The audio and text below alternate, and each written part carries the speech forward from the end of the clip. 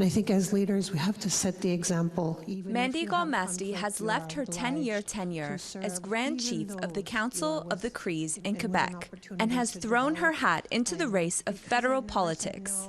You have to build your network outside of your nation. She's running in Abitibi-Baie James-Nunavik-Eeyou for the Liberals. Her experience as Grand Chief helped to convince her to run. I worked closely with both levels of government, provincial, federal, and during the time that I was doing this job in my riding, I didn't have a lot of connection with the person that's elected, representing a huge territory, almost half of Quebec. I was not satisfied. Galmasti says she wants to create a vision for this region that's based off of the strengths of each unique group. Aujourd'hui, soulignons la 25e Journée nationale du personnel de soutien scolaire. But she will be in a tough position against Bloc Quebecois incumbent Sylvie Berube, who has served 2 terms as MP. Depuis 2019, je représente les Allochtones et les Autochtones. While she doesn't always have the chance to go up north due to her obligations in Ottawa, she wants to change this.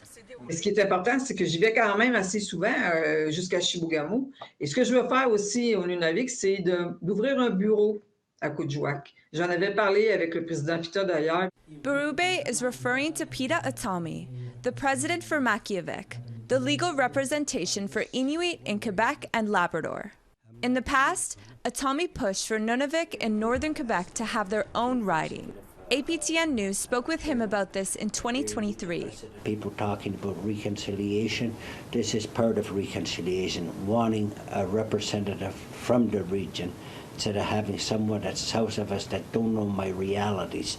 But Quebec's Electoral Commission stated in the 2022 Electoral Redistribution Report that it did not want to add a riding for First Nations and Inuit, as the population did not meet the electoral quota. Ty Dillon Higashihara is running for the NDP. He wants to follow in the footsteps of former Cree NDP MP Romeo Saganash.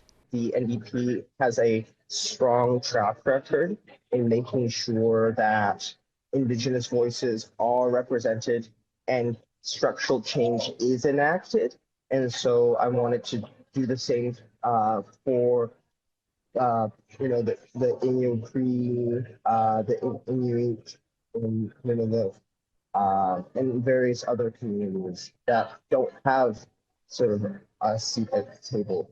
Higashihara says there are various issues at the federal level that he wants to address, including the lack of infrastructure for health, education, and housing. It gets tied back to sovereignty and autonomy, making sure that there is legal protection for Indigenous languages.